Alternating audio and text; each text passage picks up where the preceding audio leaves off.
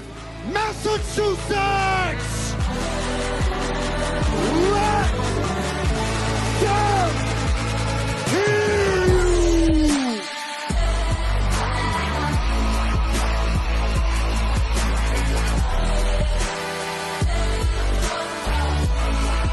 Let's go!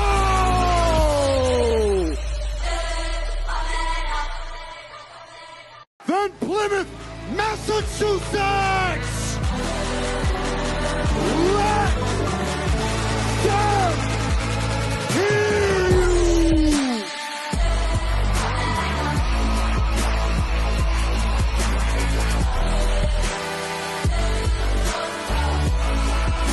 Let's go!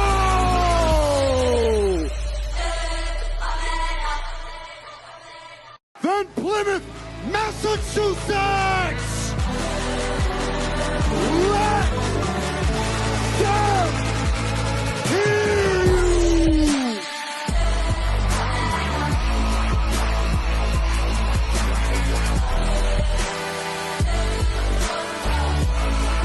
Let's go!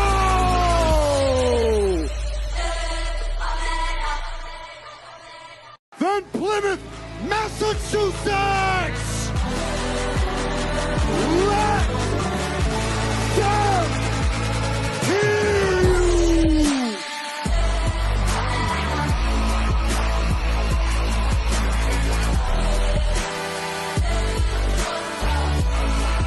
Let's go!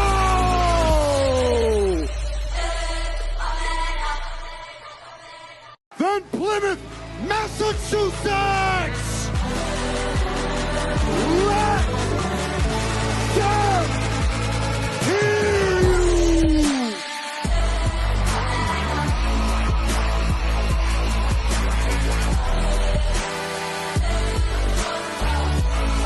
go! Let's go!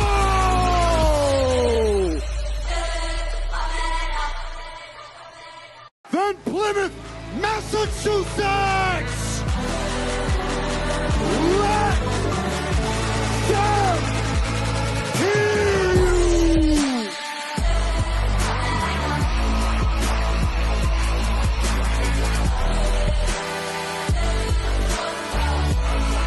Let's go!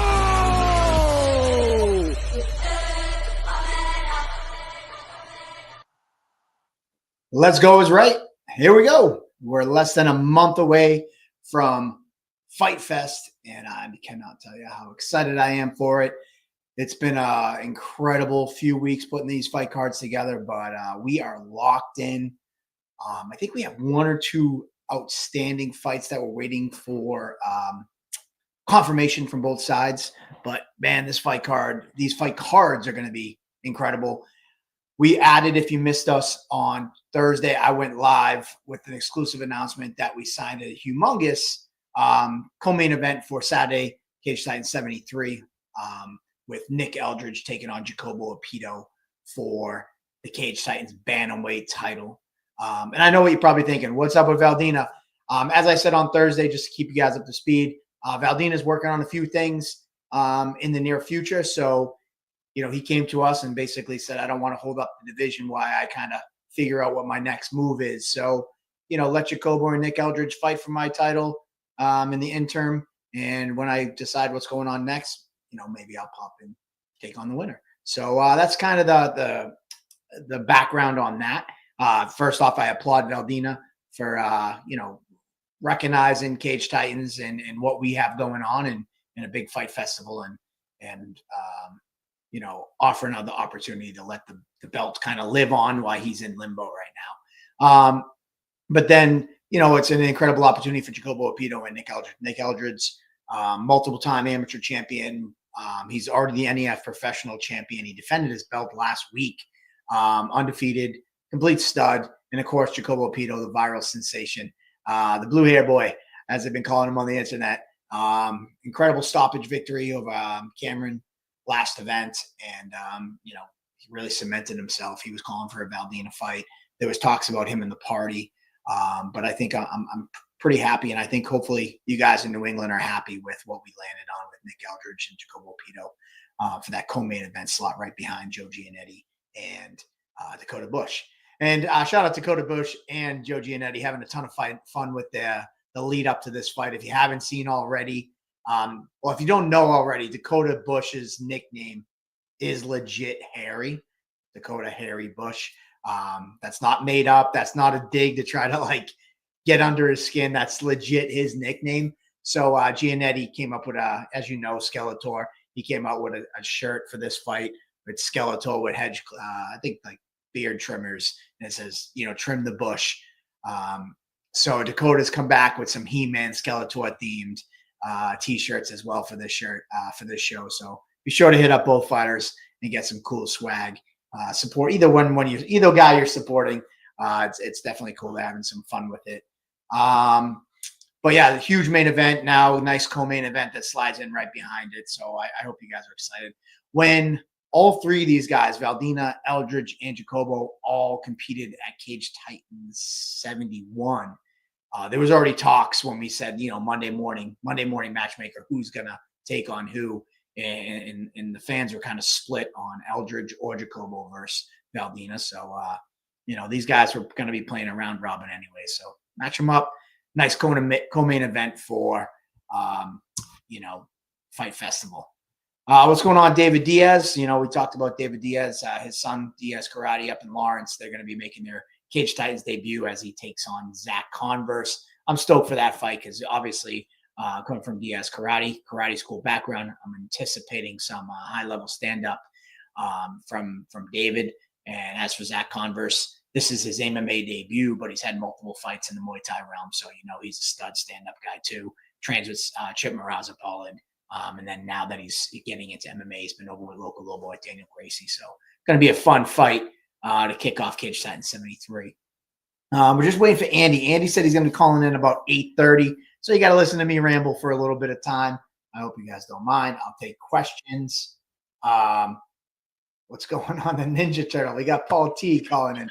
I did offer up anybody that wanted to call in. So the Ninja Turtle, Paul Teague. We've seen Paul Teague make his Cage Titans debut maybe 2 years back. You took on Jack Congdon. I'm just going to jump into the questions before we get into Cage Titans 73 when one of your management fighters are competing, Tyler. But before we get to that, how cool is it to see, a guy like Jack Congdon? You took him on in the cage, and now you see him get the opportunity to go fight on Dana White's Contender Series. I'm gonna be 100% real. I have three people that I fought going on this season of the NY Contender Series. Tommy Kamosi, who fights Tuesday, who fights tomorrow, actually. I got Jack fighting in a couple of weeks, and then Tommy Gant as well. Three people that I fought coming up, and to be honest, I'm ecstatic because I know what it's like to be in the cage with them guys, and I know what kind of badasses they are, and I'm looking forward to them to winning their contracts and excelling their career. I'm gonna put you on the spot. Out of the three guys, Congdon, Nant, and who was the third one? Thomas Gant, Jack Congdon, and Tommy Kamosi. All right, I'm putting you on the spot now, Paul. Who's the best out of the three? You don't have to fight him again, so you can say whatever you want. You don't have to worry about repercussions. Ooh.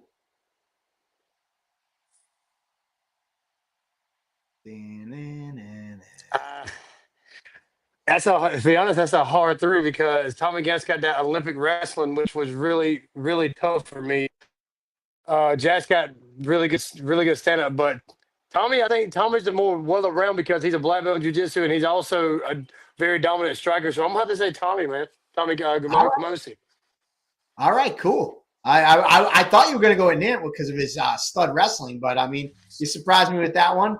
Very cool. So now skipping back to Cage Titans 73. Actually, you know what? Before I get to that, you've competed in the Apex before. You competed in Power Slap, right? Was that in the Apex? Yeah, that was in the Apex. Yes, sir. Both times. How was it competing that close to Dana White? Because obviously, you're competing on the Contender Series. It's a closed crowd in a small, intimate environment. You've done Power Slap in that same venue. What was that like? To be honest, it was the first time I did it. There was no crowd. There was just basically because we was doing it for the TV show, the first season of Power Step. So they had to keep everything on the low, but they was like what was in the crowd was basically workers for the Apex and stuff, just so to give like a little bit of crowd scenery and stuff and reactions. Um, but to be able to be that close in front of Dana White competing was great, to be honest with you, Yeah. because he knew my name. That made me feel even better. Because a lot of people train and fight and never get a chance to be in front of Dana White ever, or in the Apex ever. So it's like one of those situations. It's like I fought in front of Dana White. I got knocked out in front of Dana White. Some people can't even make it. Some people can't even make it to the Apex. So There you go. that's my philosophy on it. Well, man, it's incredible. Before we go to now that you're jumping into the management thing, but I just first off, hats off to you in the level of competition that you've fought in your career. A lot of people might have mixed emotions on how your career goes or whatever. The guys from the outside looking in, it's easy to, poke fun at or throw digs, but like, you were a guy that just says yes to anybody and everybody. And it shows that the level of guys, people that no one would fight, you were saying yes to. And it's a testament to the balls that you got, where you have 3 guys fighting on the Contender Series this upcoming year that you've all competed. You've competed against all 3. So congrats. Thank you. And I've also fought two other of y'all's Boston Strong guys. I fought Charles Rosa on a week notice. Yeah. And I also fought Captain America. And that one, to be honest, Captain America, I was potentially hoping that was gonna be a fun fight, but he respected my hands. He respected my hands and decided to not let it stand and bang. He submitted me with a Illinois road to a hook in like 17 seconds. So Yeah. Captain America, I still stay in contact with Captain America though, because I'm trying. I got my final retirement fight coming up October the 11th, and Yep. I've been reaching out to him and also Bryce Mitchell about getting a couple of weeks in for my camp to seal the deal. Yeah. Very cool. So I've trained with Bryce Mitchell a couple of times. Nice. Well, I'm going to jump quick to now you're into the management role. You got Tyler Redmond coming up to Massachusetts and Grayson Cage Titans, taking on Jake Ferry, who's making his pro debut. And obviously Tyler competed in pro boxing, but his first MMA. Tell me a little bit about Tyler and why we should be excited about Tyler. As an Emmy, he was 5-2. He's got a strong wrestling background from what he has told me. He has a really strong wrestling background, so I'm looking forward to him going in there, take him down, elbow, and doing what he does. Show up, show out, and bang.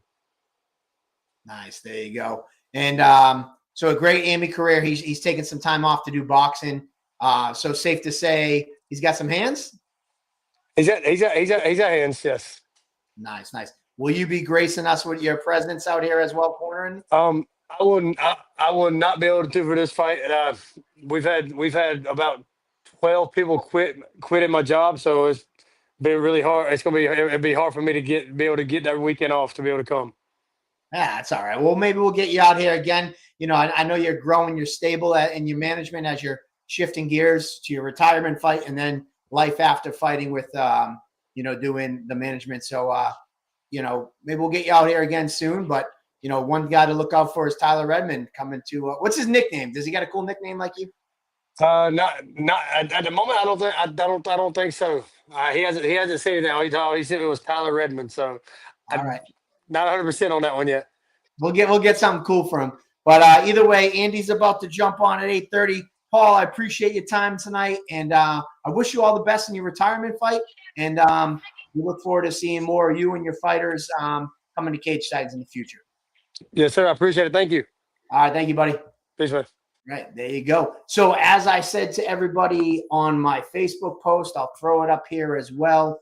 The lines are open until Andy calls in. So if you want to come in and be my co-host like we did with Paul, just click that link that I just put in the comments. Click it or copy and paste it, put it in your browser, and you can jump on the show and kind of kill some time with me as we're waiting for Andy to call in.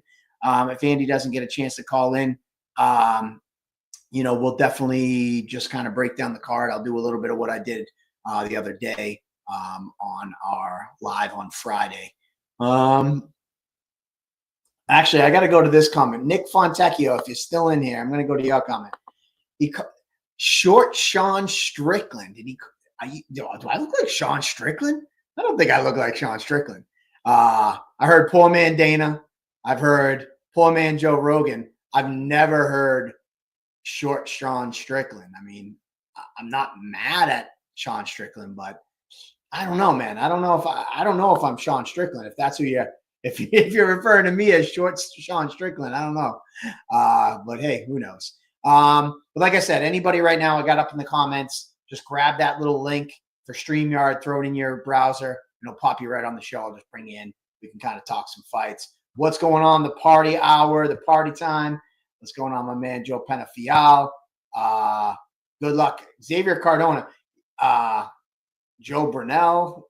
What's going on, Joe Burnell? I think, we talked about this before. Joe Burnell has fought for us in MMA. He's done some great things in the Muay Thai world down at Wishers in Rhode Island, and he is making his Ring Titans debut when he takes on Diego Martin on Friday, September 12th at Ring Titans 1. I'm stoked for this because when he fought for us in MMA, he told me his Muay Thai was where it was at. And unfortunately, for him, he competed his first time in an MMA fight and he just kept getting taken down. And, he showed some real good glimpses of his stand-up, but unfortunately his guy knew the deal and he kept taking him down. So he went down to Wishers, had a couple fights down there. Now he's back making his Muay Thai debut for Ring Titans on Friday, September 12th. He's got a good fight ahead of him. He's taking on Diego Martin. Diego Martin's from North Shore Muay Thai. You might be familiar with the last name Martin. He is the older brother. I just figured this out. He's the older brother of Ozzy Martin. So Ozzy Martin will probably be in his corner that night. So Joe Burnell taking on Diego Martin. Diego Martin by KO. Somebody from New England MMA News. Joe Burnell said, hell yeah, let's go. I'm excited to have you back. And I think what Joe's really done since his debut with us, I think last year, he's been training over at USMA. He's been training over at Gillette's. He's getting the time in. He's putting in the work. So I'm happy to see what he brings to the table when he comes back to us. All right, let's go do some fights. Let's do some fights. I'm going to pull them side by side so I can see. If you haven't already, go over to CageTitans.com. Once we're off air, go over to CageTitans.com and you can see the entire fight card for both days of Fight Fest. Like I said, I have one or two outstanding fights that I'm waiting to put on. But for the most part, the cards they're pretty set, so they're on there. Shout out to Jessica Martin, Mrs. Martin, as we like to call her, Martin with my accent. So her and her family have their accent. I got mine, Mrs. Martin. She's like Mrs. Martin. But yeah, there you go. I got a horrible accent. Everybody always shits on my accent. But Mrs. Martin, her other killer, Diego. And shout out to Ozzy, who picked up a victory this past weekend. 14 seconds, took on a short notice fight up at Combat Zone. Incredible 14-second knockout, continuing that streak for him. New England MMA News, I cannot wait for September either. Party, Joe Penafiel. The Party's a big fan of Ozzy. And I'm hoping to have some party news for you guys within the next day. You'll have to stay tuned. I'm not giving you that on Titans. What a sick knockout. Yes, it was a sick knockout. I'd love to have you call in Ian Barrett. Ian Barrett came by Coops this weekend for the UFC 319 watch party. Ian, if you want to call in, I'm going to throw this in the comments again. We do have another caller, Tyler Redmond. I'm going to pull him in right now. Tyler Redmond taking on Jake Ferry. Both guys making their pro debut. How's it going, my man? Good. Just long day of training. There you go, man. I like to see it. So we had Paul on earlier. You're coming to Cage Titans for the first time. Introduce yourself, where you're from, and then we'll kind of get into some fight background. Well, my name is Tyler Redmond. I'm from Muskegon, Michigan. I've been basically fighting martial arts on and off since I was 11 years old. I'm a father of 6 kids. That's what I do it for, to show them to never stop chasing your dreams, no matter what it costs. There you go, man. Father of 6 kids. I finally met I met my match. I got 5. So shout out to you. You one up me, my man. You one up me with 6 kids. What's the age groups? I got from 12 down to 4. Oh, damn. You got that short window. All right. Yeah. All right. Mine are 5 to 21. So I got a little bit more of a range. Actually 5 to 22, actually. So yeah, you got me. You got busy in a short amount of time. Oh yeah, I was young. There you go. Young, dumb, and you know what they say. Oh yeah. So anyways, obviously you've been doing some pro boxing. This will be your pro debut. Paul kind of mentioned that you had a nice 5-2 record as an amateur in MMA. What was the mindset of kind of stepping away from MMA for that little bit of time before you came back to MMA? Well, I just wanted to learn something different. I learned a lot of ground game. My brothers growing up as kids were wrestlers, and they did nothing but wrestle me around. I was always the small little one of the group, They always wrestling around. Well, I decided to go box. I did 5 years of boxing.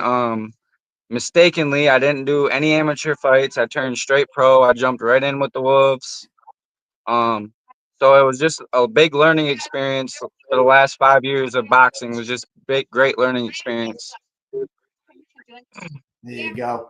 So, obviously, I won't keep you long because I know you got that family, man. So I'm going to get into it real quick. For fans that this is going to be first time, have you ever been to Massachusetts? Oh, cut out. I don't know if it's my internet.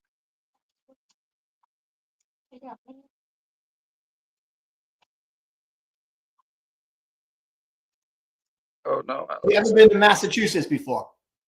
No, I haven't been to Massachusetts before, but I've been a lot all over the country.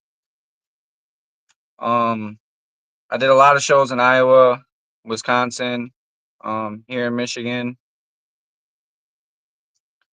But Massachusetts is great. I heard it's a great fight town, so I'm excited. All right, my last question for you before I let you run. Now, in terms of MMA, obviously you've been focusing on boxing for the last 5 years. You had a 5-2 amateur record in MMA, so obviously you're well versed.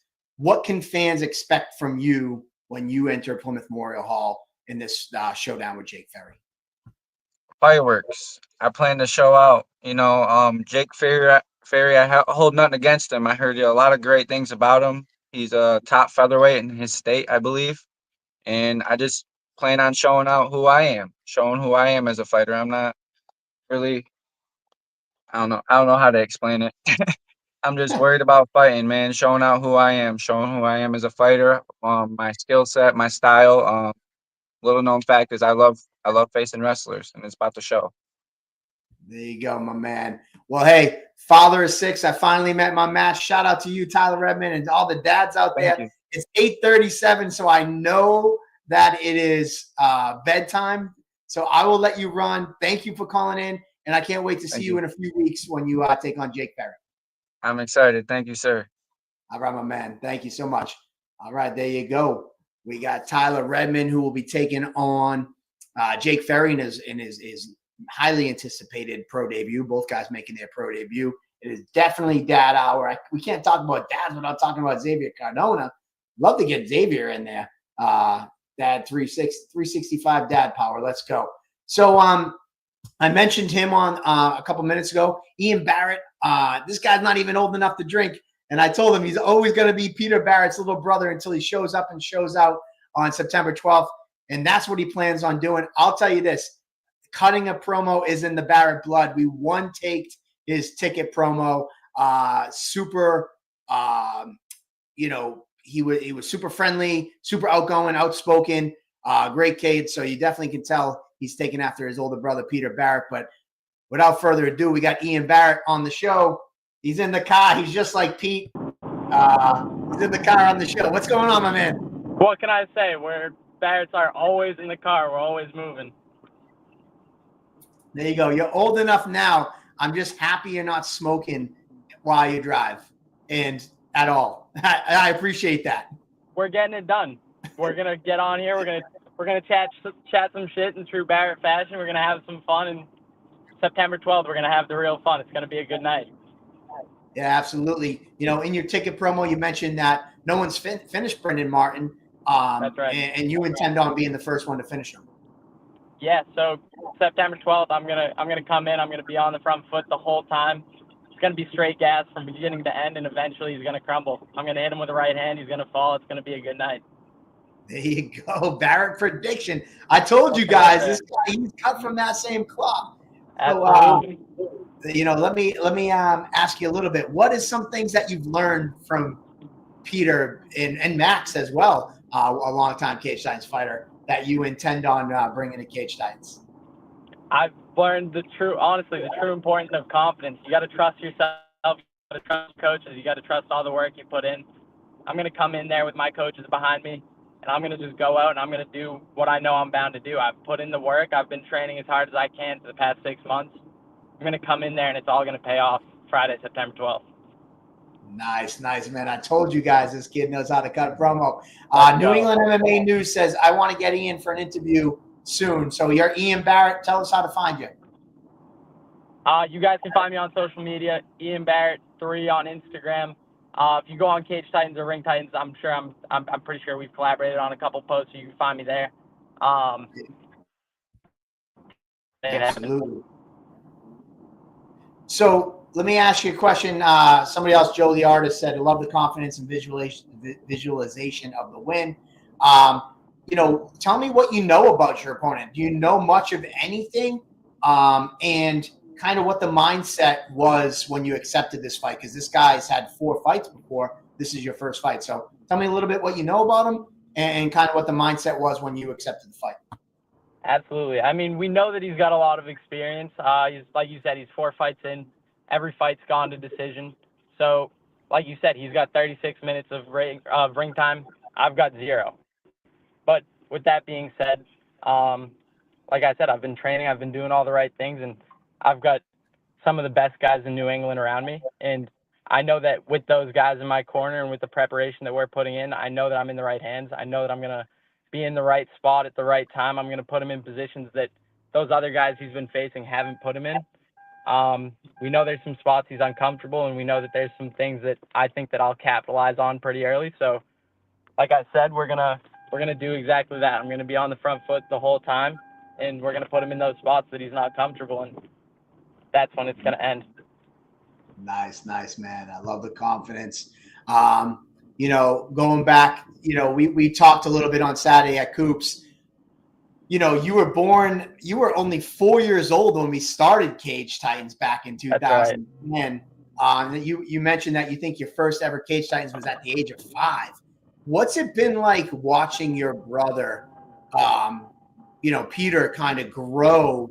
Because Peter made his debut, I think, at Cage Titans 2. So, you know, he's been around since the start. You've seen him all the way up through his amateur career, his pro career, the UFC, coming back to now bare knuckle. What's it like, you know, kind of, I'm assuming, looking up to him and kind of watching how he's been forging his path inside this sport?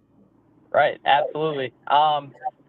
Like you said, I've been looking up to him the entire time. It's been truly a blessing to have someone with no shortage of experience, from the regional scene to the best of the best, back down to the regional scene, back to doing what he's doing, and the whole time. Like, I'll bring it back to this. The confidence is truly the most important part. And there's no shortage of that in this family. And that's truthfully, I think, the biggest blessing we have. Even though, love it or hate it, we're going to come out, we're going to talk some shit ourselves through and through. Truthfully, the biggest thing I've learned is you got to trust yourself, you got to trust the people around you, and you got to trust that you're doing the right things. And like I said, the confidence is the most important part, and I'm taking it all for what it is. Nice. Another David Diaz said it's all about heart as well. Definitely no shortage of confidence in the Barrett family. I'm going to put you on. So actually, I have 5 kids. We just talked to a guy who has 6 kids. Give us I always forget the total of Barretts. How many are there of you guys? I'm the youngest of 11. Yes. Youngest of 11. It's insane. I whenever we talk to, you know, either Peter or Max or yourself now, it's always funny to remember how many of them there are of you. Who's the toughest one out of them all? I'm assuming you're going to say Pete's number one, but besides Pete, who's the toughest out of all you guys? I mean, I love Pete, but he's a softie at heart. He knows that. I know it. The whole family knows it. But I mean, I guess you got to give it to him. He's gone through the fire. He's fought some of the toughest dudes, and he continues to put on shows. And he gets hit a little too much, and I think it's catching up to him. But he's the toughest one there is, so I can't really talk too much shit. Oh man, I love it. All right, I'm trying to start all kinds of shit at Thanksgiving dinner now. I know you're gonna get me. I'm gonna get my ass kicked by Peter, but whatever. He's in Spain right now, so I don't think we have to worry about it. Or he's going to Spain. I was gonna say, thankfully he's on the flight on his way to Spain, so he's not watching this tonight. I'm gonna add my last question to stir the pot a little bit. I'm gonna ask you this. I mean, you're 19 now. You know, he's 38, so you know a little bit of difference in age. Right. Could you beat him now? And if not, at what age do you think you'd be able to beat him up? Oh man. I mean, I gotta give the credit to him. He's still beating the best guys, and I think that I need to still put in some work to get to that caliber. But give me a couple of years, I'll get there. I'm gonna have to catch up to him soon. So like 22, and when he's 42, maybe. Give me 42. Give me 42. That gives me 4 years of progression. I think by that time, yeah, give me 42. That's a good number. All right, cool. I love it. I always think of that because obviously I have 5 kids. So it's like, at what point, what age will the teeter kind of switch that they'll beat me in things that I'm better than them, like obviously as an adult. So, all right. So when you're 22 and Pete's 42, you're going to be able to beat him up. I'm going to hold you to it. He'll probably still be fighting. Plymouth Memorial Hall. Book it. We'll be there. Love it. All right, man. Well, hey, listen, I really appreciate your time tonight calling in. Any last minute shout outs? I know, you got the Barrett family, the Ale House, all that, your last minute sponsors or anything like that you want to shout out, because I know you have a Barrett army behind you. We, like you just said, we got the whole family behind me. I got a bunch of my cousins' companies sponsoring me. I got a bunch of my brother's friends' companies sponsoring me. You guys can find all those links in the link tree in my bio on social media. Biggest shout out I can give is to myself. Buy some tickets. September 12th, it's going to be a show. We're going to come in. We're going to be on the front foot. We're going to take Brendan Martin out for the first time, and it's going to be a great fucking night. So hit me up for some tickets. Absolutely. And in true Barrett fashion, I'm assuming you got some badass T-shirts that are going to be coming out. Damn right. So those are already in production. I sold 150 shirts. The hall is going to be packed with War Elephant shirts. So hit me up before it's too late. We got a couple extra made, so we got probably 5 or 6 more selling each size. So hit me up. Let's make it happen. All right. The War Elephant. That's what I heard. I heard that correctly? Yeah, there's a little bit of a story to it. Shout out to Andy Coe for that one, but it's stuck, so we're making it happen. All right, give it to me, man. I got to hear the story. You can't leave me on a cliffhanger like that. Where's the War Elephant from? On a cliffhanger. All right, so when I first started training with Peter, I'll have to send you a picture because I was a little fatty. I was 235 at my heaviest. I was a fat little meatball.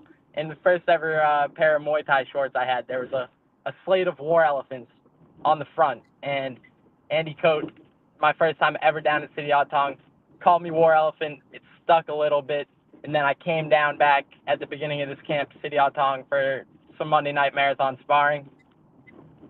Called me War Elephant again, and I was like, it's a sign. We got to go back to the roots. We got to show people where we came from because that's what it's all about. It's who we got behind us and where we're coming from. So War Elephant it is.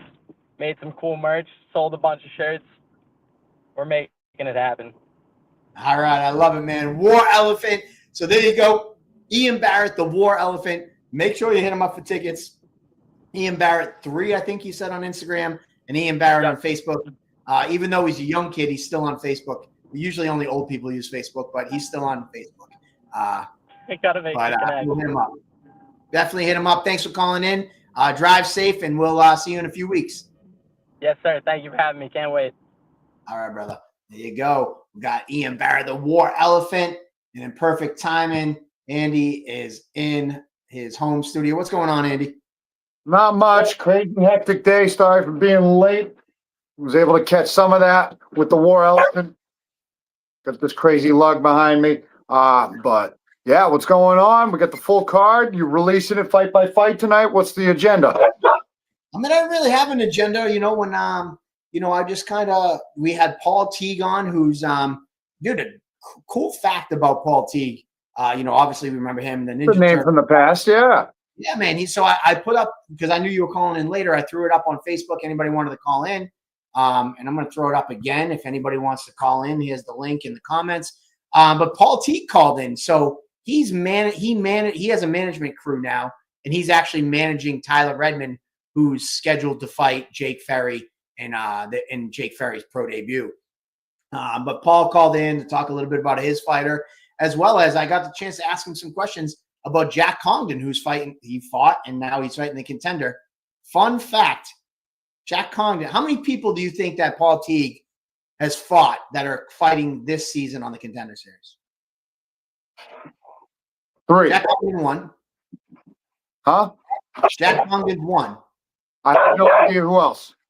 He's fought 3 guys. I just guessed that number out of nowhere, but I don't know who else he's fought. Yeah, again, the names escape me. Thomas Nance, who's out of New York, and then somebody else.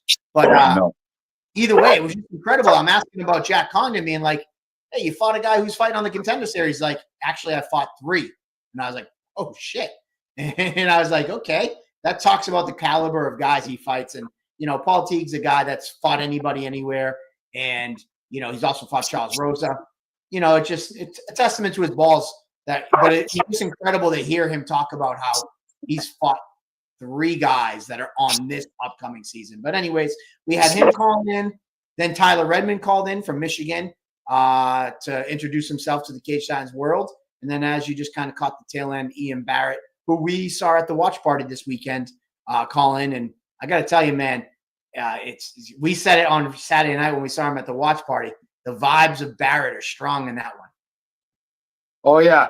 Once I knew it was Ian Barrett, you could tell he's Peter's brother for sure. So you could see the resemblance insanely, especially just with his excitement and how much he's looking forward to bringing it to the hall. So I'm excited for his debut. It's like the next generation of Barrett savagery at Memorial Hall. So looking forward to calling it. Yeah, crazy. And one of 11 kids. Tyler Redmond, he has 6 kids, which is crazy. It's the day of the kids, I guess. I don't know. But either way, quick little housekeeping. Tickets have been going out since Friday to all the fighters. Hit up your favorite fighter. Get your ticket from your favorite fighter. They make sales commission off of all their ticket sales. So if you can't get in touch with them, you can go to CageTitans.com and buy the tickets directly from us. But we always like to encourage, if you know a fighter and you want to support them, definitely hit them up, grab your tickets from them so they get credit for the sales. But tickets are out for both days, Friday and Saturday. Ring Titans 1 is Fight Fest Night 1 is Ring Titans 1 on Friday, September 12th. And then Fight Fest Night 2 is Cage Titans 73 on Saturday, September 13th. And in addition to tickets for single events, if you want Friday or just Saturday, there are limited amount of 2-day festivals, so you get entry to both events. Those can only be purchased online for the Fight Festival 2-day pass. So there you go. Andy, you got a chance to see the card. I sent you some pictures. Actually, I did the big announcement this past weekend. Nick Eldridge taking on Jacobo Opito for the interim title. What do you think of that fight, man? Give me a little bit of insight. That's such an incredible fight. Jacobo Opito been on an absolute tear, devastating finishes, hitting a stride in his career. Eldridge undefeated out of Nostos, NEF champion. So it makes perfect sense for them to meet at their respective stages in their career. And whoever wins this fight gets the interim belt and is atop a very heavy division and is on par to be the next wave of Contender Series representation in New England. So, yeah, I think it's an incredible co-main event to be appetizing Bush versus Giannetti. So I think it's high amplitude, high magnitude fight that could go a million different ways. Eldridge, just a swarming wrestler. We saw that in his win over Bambino, where he overcame adversity and was able to secure the first round finish. And Jacobo Pito has found a knack for first round finishes, whether with the knockout or creative jiu-jitsu of his own. So it's an electrifying fight at 135 pounds. They're both in their prime, and it's going to be one for the fans. Absolutely, absolutely. Speaking of Fight Festival, I kind of gave you the little insight on what we intend on pulling off on Friday with the ring and the cage side by side, and moving it into place, and wheeling it in place and all that stuff. Pretty exciting stuff that we got cracking for this Fight Fest. I think fans are going to be very excited and kind of in awe what gets pulled off on fight night. Yep, my dogs broke my leg, so dealing with. Andy's in a club. Yeah. I don't know what's going on. There's too many buttons. You got to go through all the settings until you get back to the white one. It's the same light you got. Yep. I just try to bite you again. Yeah. He doesn't like anytime I'm on the phone. Put him in the bedroom. All right. I think we're back in action here. There you go. What's the matter, bud? You gotta go out. Do you want to go out? That's why I said this home studio is not working out. Working out great for me. It doesn't seem to be working out well for you. I think you need to does he have a room that he likes to sleep? Yeah, it's the same room as the studio. There you go. So, anyways, one of them's got to move. All right. Well, hey, listen, we're not going to stay on long. I only plan on staying on till 9 anyways. We got a couple minutes. Give me one fight off the top of your head that maybe people aren't thinking about that you think are like, okay, shit, I got to watch this one. Give me one. Give me one. If you don't know, now you know. The problem with this also is the same. I use the same device, receptacle of information as I do as a camera now. So I got to look up the card, or you got to message it to me. Yeah, I didn't say you had to look at the cheat sheet, brother. Well, I kind of just talked about it. That you like the Jacobo fight? I really do. It's with the depth of that division at 135 pounds throughout history, and the names that have come about from it. Manny Bermudez, Chris Mutino, Jay Perrin, guys that have been at the top of the heap at 135 pounds. This fight is kind of like the next wave of that. We're seeing Valdina, who's undefeated. Who knows what his next move is? I don't know I don't know what's public. I know what I know, but I don't know what I missed earlier. But keep it moving. Keep it moving. All right. Well, yeah. So Eldridge and Jacobo was just, when that matchup got made, it was just perked my ears tremendously. And the more I think about it, the more excited I get about how those two are going to meet in the middle. So with the notoriety around the main event between Dakota Bush and Joe Giannetti, I feel like that co-main event might be able to fly under the radar. And I just think that that's such a huge fight, and keeps this card extremely perky for the UFC brass. All right.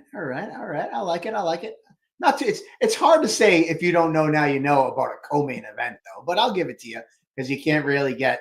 I mean, honestly, I'm looking at the card and I'm like, all right, let me one up Andy and give him a really hard hitting. If you don't now you know, and I'm like, oh shit, there's so many fights on this card that you can't even really do it because it's like if you don't know now you know, the entire fucking weekend, like every single one of them is like, yes.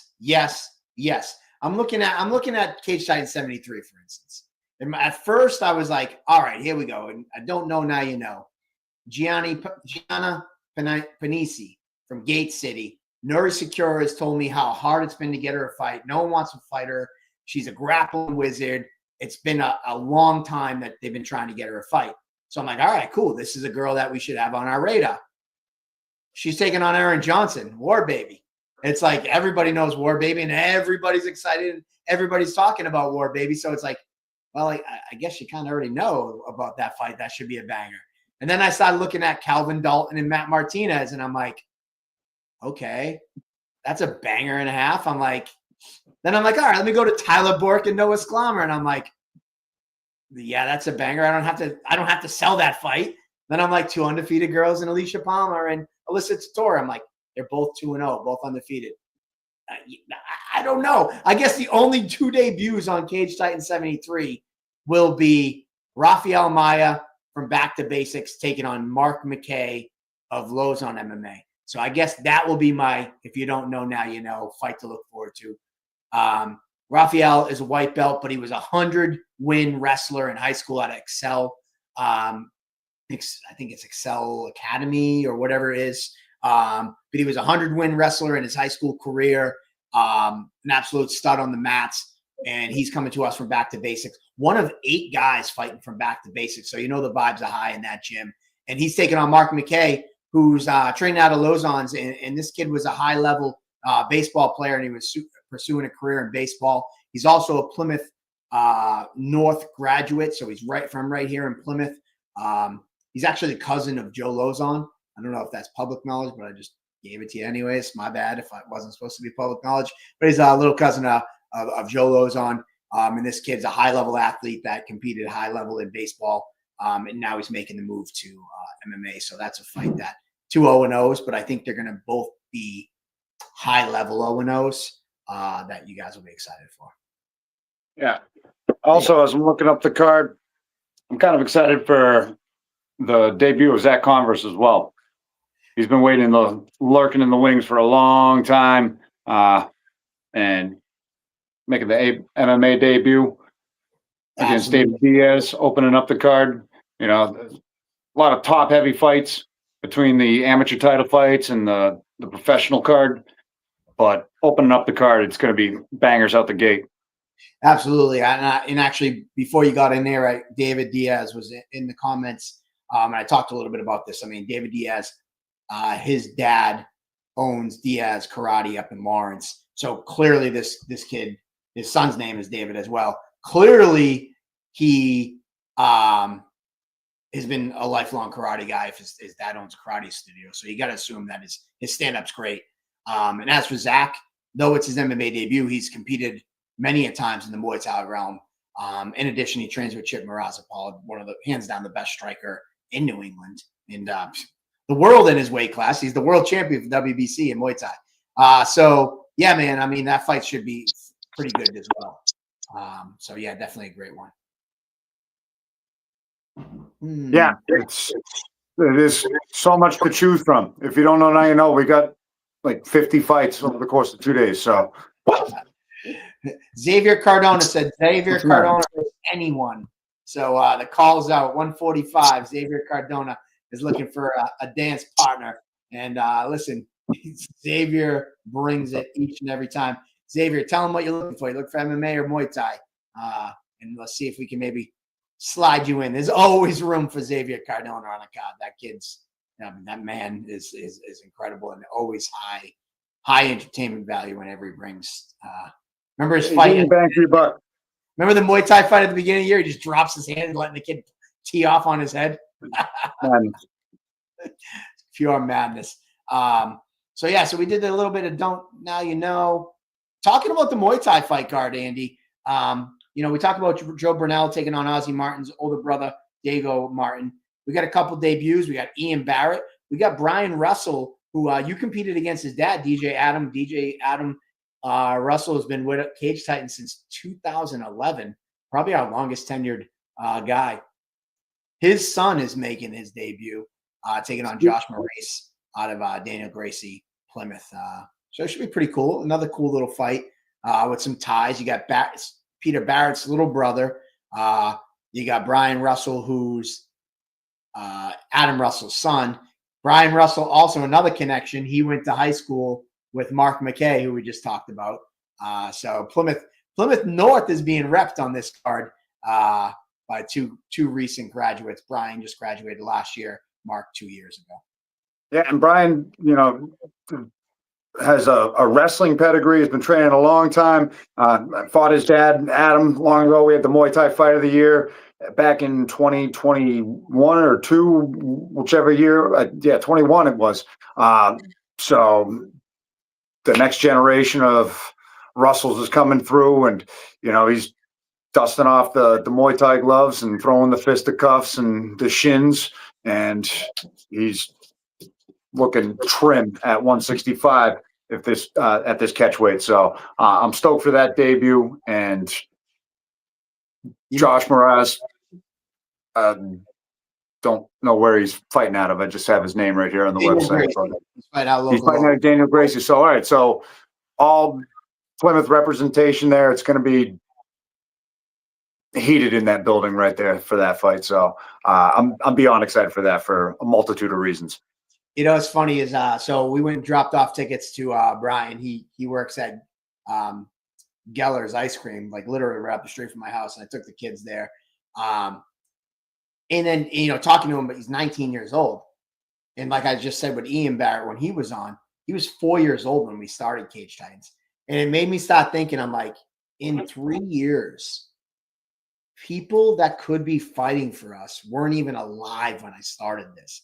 And that just kind of put me in a mind fuck with that night when I left Geller's and left Brian Russell, and we were talking about how old he was when his dad started working there, and it's been kind of a mind fuck for me this weekend, because then we ran into Ian Barrett at the watch party with his soda and his water, because he's only 18 years old, 19 years old, and I'm like, man, in 3 years, kids that weren't born yet will be fighting for us. Like, it would, like, it's not even like, even like me in high school, I'm like, oh yeah, what year were you? I told Ian, I go, I graduated Abington High, and he's an Abington High graduate. And that's how we started getting talking. And his friends that he was with, his little crew, he's like, oh yeah, what year did you graduate? I'm like, 99. And I'm like, oh shit. And I was like, what year were you born? He was 2006 or whatever the fuck it was. And I'm just like, wow, man, this is hitting me. This is definitely hitting me. But either way, I digress, Andy. You're not as old as me yet, so. Yeah, but it's starting to hit, because I was in high school in 06, and that's when here's someone that's 18, 19 years old. It's just like, oh my God, that's where we're at. It's just in the blink of an eye. It's been 10 years since my debut, and I feel like I'm an old crickety man now, and we're just getting started. But it's it's fun at the same time to see the growth of the sport, the interest of it, and the development of it. You see these kids that are coming in at 18, 19. It's way different than the sport I was watching growing up at that age and grew up with through Cage Titans. So it's fascinating to see the development and how sharp the next generation is coming out the gate. It's awesome. So, and starts off with the kids grappling as well. The jujitsu on these kids is phenomenal. Kids are rolling. Like, I feel like 7-year-olds could tap me that are out there now, rolling now. It's insane. So yeah, very hopeful. And brings a warmth to my heart that the sport that we love is just that popular with future generations. Speaking of grappling, I got two things. I said we were only going to stay on 9, but we're at 55 minutes, so we're going to stay till a full 60. All right, two things. Speaking of grappling, good segue. We were together, Coops Bar and Grill, this past Saturday for UFC 319 watch party. Speaking of the grappling, what did you think of that main event? That was about as one-sided of a middleweight title fight since Chael Sonnen versus Anderson Silva without the twist at the end. It was pure dominance. You were screaming Anderson Silva Chael at the end when it looked like. Well, when he dove on the guillotine, and then when he slipped it, I was like, oh, that was stupid. This guy just been dominating you for 5 rounds, but not well. He channeled his inner Dustin Poirier and went for it. So credit to DDP. Showed a tremendous amount of heart, but Khamzat's the real deal. He just absolutely purely dominated the wrestling game. So it's going to take something special to mitigate that. Someone with a real deep wrestling background who's going to be able to put the pace on it, because everybody thought that DDP was going to be the guy to put the pace on. Pacing was the big question going into it, and Hamzat just went in and smashed. It was and then the finishes before, back-to-back spinning elbows. It was quite a good card. Felt good to be back at Coops. It's been a while since I've been to Coops, and it's been a while since I've been there for a UFC watch party, but glad to get down there, hang with Tyler, Andrew Mack, through the Cage Titans crew there. So good times down there, catching the fight. But yeah, one-sided, dominant fight. You don't see title fights that one-sided too often. No, not at all. So actually, a quick thing while you were talking, I was looking up, the Muay Thai card. We have 14 competitors making their debut for the first time, making that walk for the first time. So it's going to be an incredible night at Ring Titans 1. What I'm going to like to do maybe next week, get some of these first timers to call on the show so we can kind of get a little background. I want to get some interest and kind of get some history and some background on some of these guys. But yeah, 14 fighters making the walk for the first time at Ring Titans 1. So yeah, that was just a little side piece as you were talking. So now going to the next thing, we were talking right before I asked you that question about how long we've been at it for Cage Titans. And I've asked you this question in the past, but we asked the question, maybe you get a different answer. Looking back at all the years that you've been around, give me 2 top moments for you that you can remember, over the past, what, even 8 years now? Yeah, 9. So the reason I think about it is, we're talking about guys who were at the show when we started, or I started at Cage Titans 1. When I started at 2010, they were 3-4 years old. There's guys that when you started 8 years ago that were probably in diapers that are now fighting for us. But we had some fun on Saturday at the watch party, you and I and Tyler. We were going through all the main events all the way back to Cage Titans 1. And we went one by one from Cage Titans 1 all the way up to Cage Titans 73 and went over we were playing a little memory game. Do you remember what this main event was? But yeah, as we were doing that this weekend and as we're talking about how long this has been going on, give me top 2 moments that pop into your head. I'm going to try to deviate from my usuals that I always talk about. Because there's so many, you can go top 2 moments per show and they could all add up. That's just how captivating the energy is there. It's always a feel every time I get down to Memorial Hall at weigh-in day. 2 worst moments. Worst moments. Worst moments.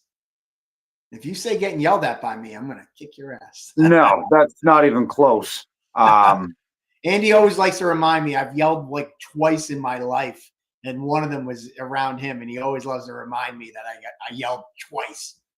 No, I've definitely seen you yell more than twice, but that was particularly a crazy night, and that was funny. It was I was speaking your language though. It was totally fine, but it was great. Worst moments. I don't want to think about them, honestly. Andrew Valdina said you're looking sharp over there, and he saw you texting him for commentating. All right. So yeah, we got that solidified. Willie said waiting for ambulances is his worst moment. Yeah, definitely always. Anytime that there's an ambulance involved, and there's been several of those are always the worst moments. Unfortunately, Carter said Ian Barrett's going to have a great showing. No, definitely. Yeah. What about? So, all right. Besides that, yeah. I don't know. When, the arm snap and the girl passed out behind you, that's got to be a pretty fucking bad moment. Yeah, that was definitely bad. Wayne Downer breaking the arm. Rondell Clark, obviously. So there's a multitude of bad moments. What's up, Toby? Those would probably be the 2 worst. But yeah, I mean, best moments.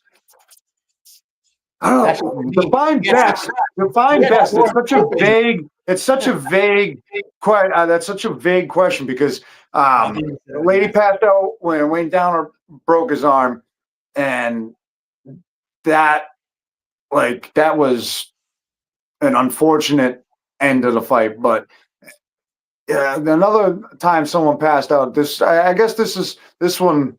Are you gonna go to the Are you gonna go to Max Lombardo versus? Yes. Yes. Hassan Graham. That was kind of like that was one of the craziest heavyweight knockouts. But the fight was a slow burn. They were both feeling each other out for pretty much 2 whole rounds, and they were both. I mean, they're heavyweights. You engage in a firefight, it's dire consequences, and both guys are trying to get the reins. They're contrasting builds. They fought each other before, so there was a lot of homework that they had both done in real time against each other. So it was kind of a slow-moving heavyweight fight with not a lot of crazy action, and all of a sudden, boom, craziest violent knockout. And a friend of mine who had came actually passed out with the intensity of that. He was in a situation where not everybody was moving down to their seats, so he'd been standing for too long, and then it was just a crazy moment. And yeah, he ended up in the hospital and saw some fighters in the hospital when he was there. So that's a crazy moment for me that I definitely always highlight. And I think it's a funny story that Hassan Graham knocked out 2 people that night.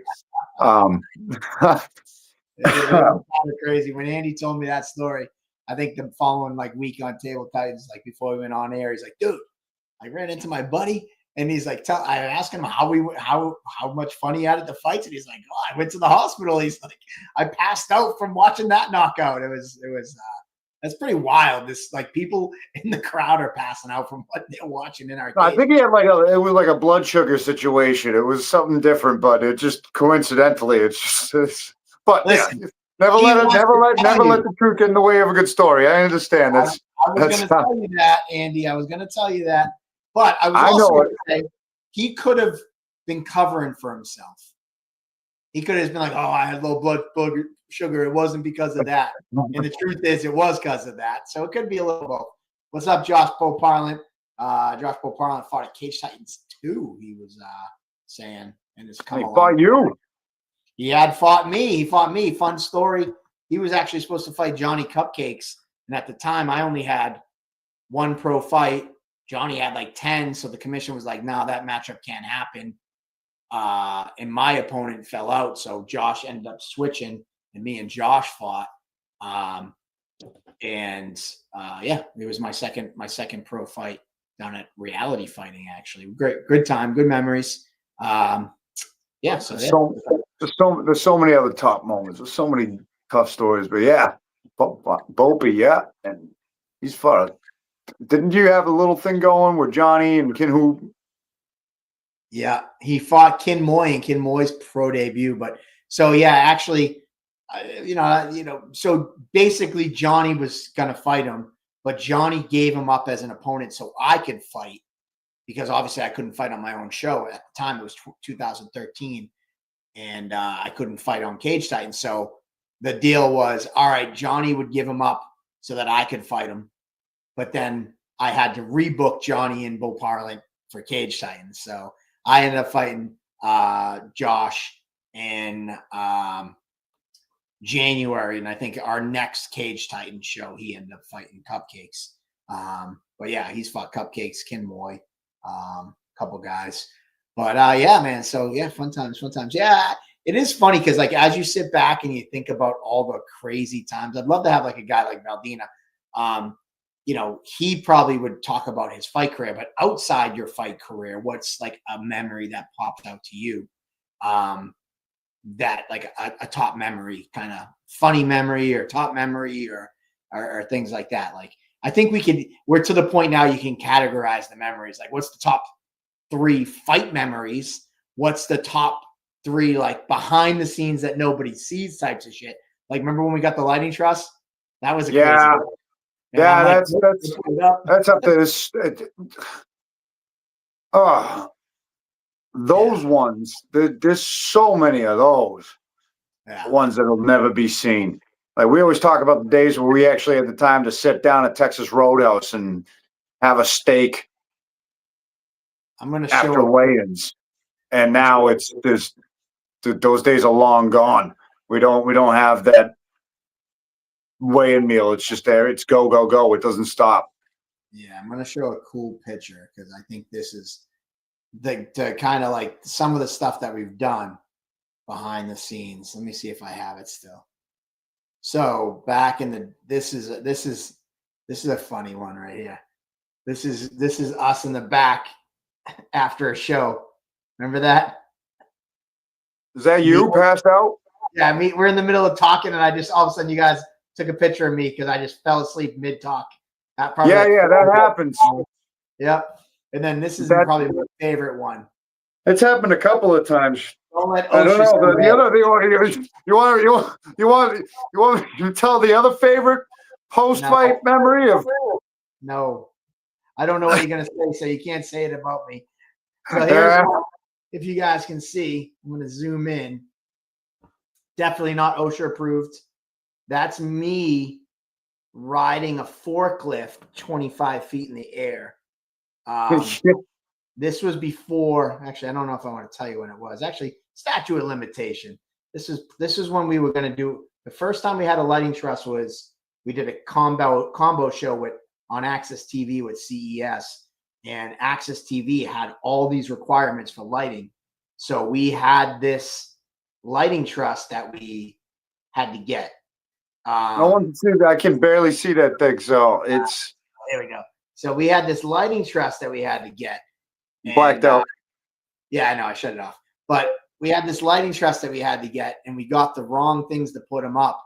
I think this was even before your time, Andy. Maybe it was. It was the day before. It was the day before. So literally we had these crank things that you had to crank up the thing, and there was no way to like adjust the lights. So like now we're talking 3, 4 in the morning, and the next day, if Access TV shows up and we don't have the lights up, there's no go. There's specific requirements mandated by them that you had to have. So I'll just never think, if you know me, if you've ever been around behind the scenes, like the show goes on, like there's no fucking around. Like Andy's seen it firsthand, and many other people. I was just like, put me up on it, and I just fucking jumped. I got on, and somebody sat at the bottom doing this, cranking me up to the top. No safety nets, no nothing. I got on top of the lighting truss, straddled it between my legs, and I was shifting down the lighting truss, adjusting the lights. It was fucking wild. It was definitely wild. Yeah, I've definitely seen some shit over the years. Yeah. There's also am I being detained? Yeah.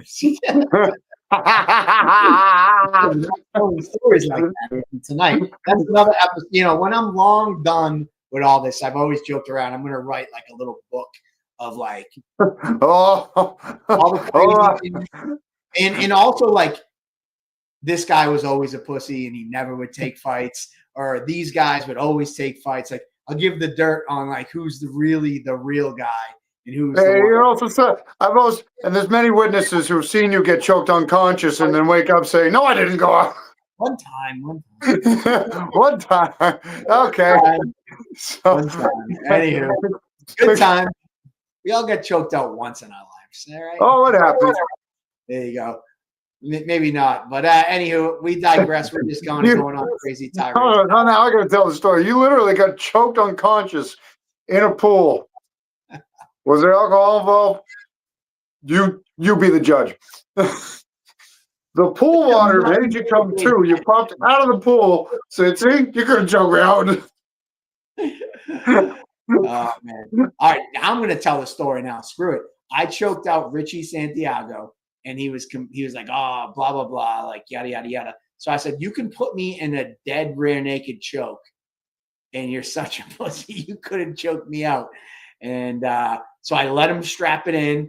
And he was on my back. And we're in the pool. And I'm just walking around with him on my back. And he's squeezing as hard as he can. And I'm like, see, Richie, you're a bitch. You can't even choke me out. You can't choke me out. And I'm just walking around the pool with him attached to my back and just locked in rear naked choke. And eventually, I guess I went out, and then I was like, I wasn't even out. But anyways, Andy loves that story. Andy loves that story. Oh man. Yeah. That's as bad as it got. You definitely weren't walking around that long. Well, I mean, for a little. I mean, I'm not walking around for a minute, but I was walking around with my back. Keep in Anyway, mind, I was at fight camp. I was the only one not drinking, so. anyway, I don't even know if I was. Anyways, Yeah, Andy, I don't know what I'm supposed to be able to tell or whatnot, but yeah. Where you go? What do you write that book? Let me proofread it first, real quick. hey, it's through my eyes. All right. Oh man. Anyways, great time. Now we're just blabbing on. So I know you guys don't want to listen to that shit. But anywho, go on over to CageTitans.com. Look the full fight cards for both nights of Fight Fest. Night 1, Ring Titans 1. We do have some MMA fights. So I think we have 12 Muay Thai fights, and then we're going to have 3, 4, 5 MMA fights. One of the headlines is going to be Mike Jolliker taking on Eric Wynn for the Cage Titans Amateur Featherweight Championship. Another fun fight that's going to be on that card is Saul Becquerel Vivas taking on Neil Masmudar. I think a contender will be coming out of that for the Flyweight Championship down the line. So that's a great number 1 contender type fight. In that MMA glove world, but in Muay Thai, Jordan Tavares is taking on Anthony Scott. So that will be an MMA glove Muay Thai fight, in addition to the 12 traditional Muay Thai inside the ring. So yeah, check out that full card. And then Cage Titans 73, top to bottom, is just an incredible card. I think that this is going to be an amateur come out party. There's so many fights on this card. Undefeateds, and this could be one of those cards that we look back at years from now. We're like, holy fuck, all these guys are on the same card. It's that deep with talent. So between Matt Martinez and Calvin Dalton, that not even fighting for titles, and undefeated Tora, all the guys. Just go look at the card, get your tickets, hit up your favorite fighter. And get your tickets from them if you can. If you can't, go on over to CageTitans.com while you're there looking at the fight cards and click purchase tickets. There's tickets for Friday only, Saturday only. And there's a limited amount of 2-day passes available as well. I really don't got anything else, Andy. People have been asking about weigh-ins. Weigh-ins, it's going to be the same. There's nothing different. Friday show will be the weigh-in the day before. Saturday show will be the weigh-in the day before. So Thursday weigh-in, Friday weigh-in, Friday night Ring Titans, Saturday night Cage Titans. That's it, man. Yeah, it's going to be a long weekend, but worth it. It's going to be history making.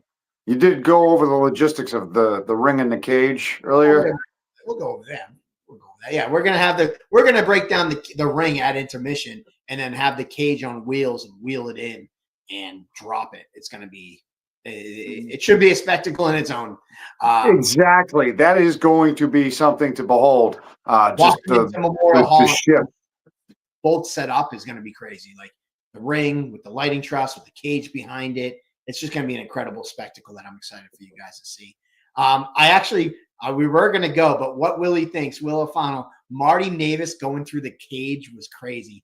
Yeah. I think that's an old comment that he brought up when we were talking about, but that was insane. And the funniest part about that is that the commission locks the pins and they lock the doors. As you know, we don't even do it.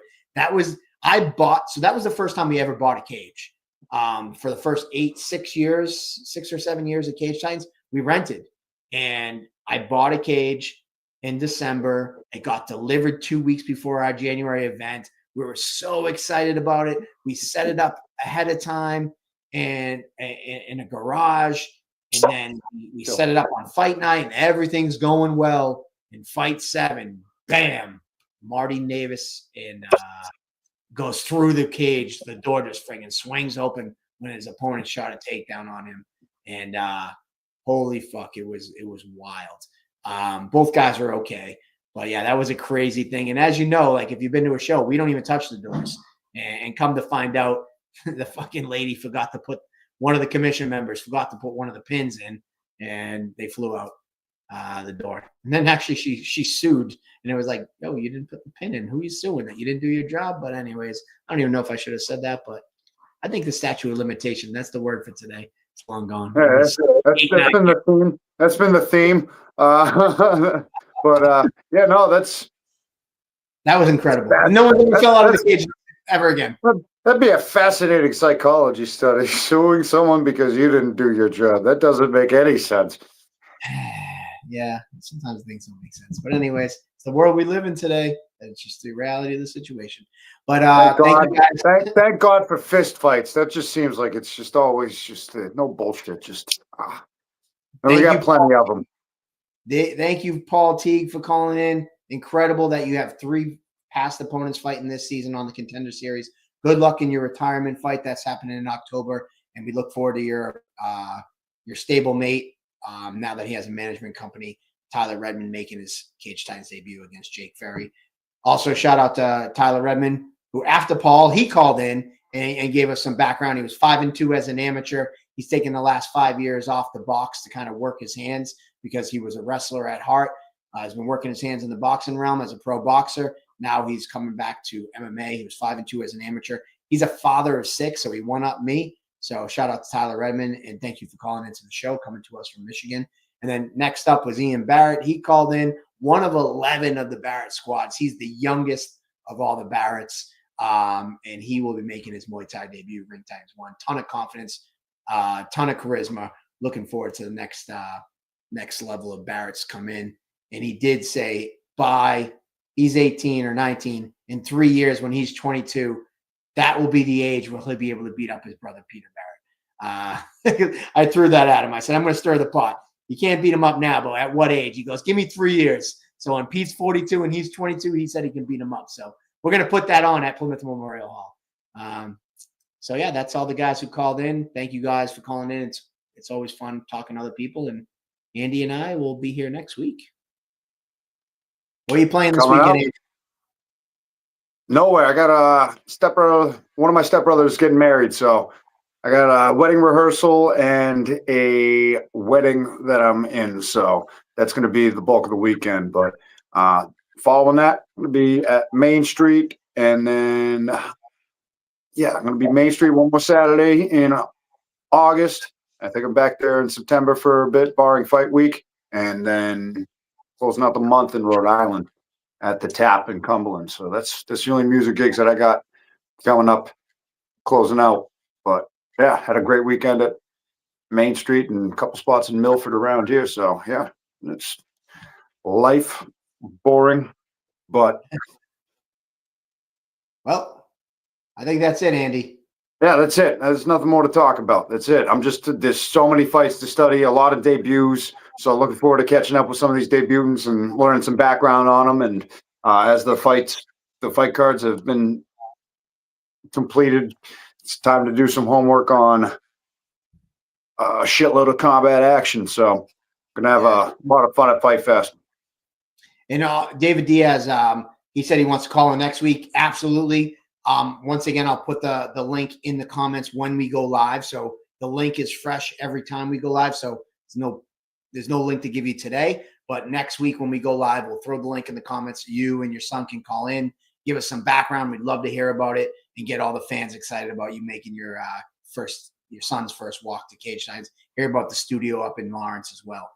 So next week, and that's a great segue to let anybody know. Anybody who's on the card, I don't care if you're an 0-0 or you're at the top of the card and have multiple fights. We want to hear from you. I don't care if it's your first time or you've done it 20 times. Like, we want to hear from the fighters. That's the whole point of this show, is to talk about the fighters, give background, let the fans know who they are and why they should care about these fights. And who better to do it than you guys yourself. So I get it. You're probably like, who the hell I don't want to go on the show. You guys are probably embarrassed to post about yourself on social media. But listen, we're doing something cool. You're doing something cool that many people wish they can do. They want to hear from you. They want to know your story. So that on fight night, they have a reason to cheer for you or boo you if they don't like you. So that's my soapbox to all the fighters that are on the card. We want as many of you as possible to call into the show. So spread the word. And next week, we'll do another open phone line show and just get as many people to call in and talk about their fights. Yeah, don't be shy. Don't be hesitant. We're here for y'all. This is your platform. So nobody needs to hear us banter back and forth about getting choked out in a pool. All right, guys. Have a good one. Cheers. Andy, you got to do the Cheers, cheers. everybody. Take it easy. We'll see y'all later. Then Plymouth, Massachusetts.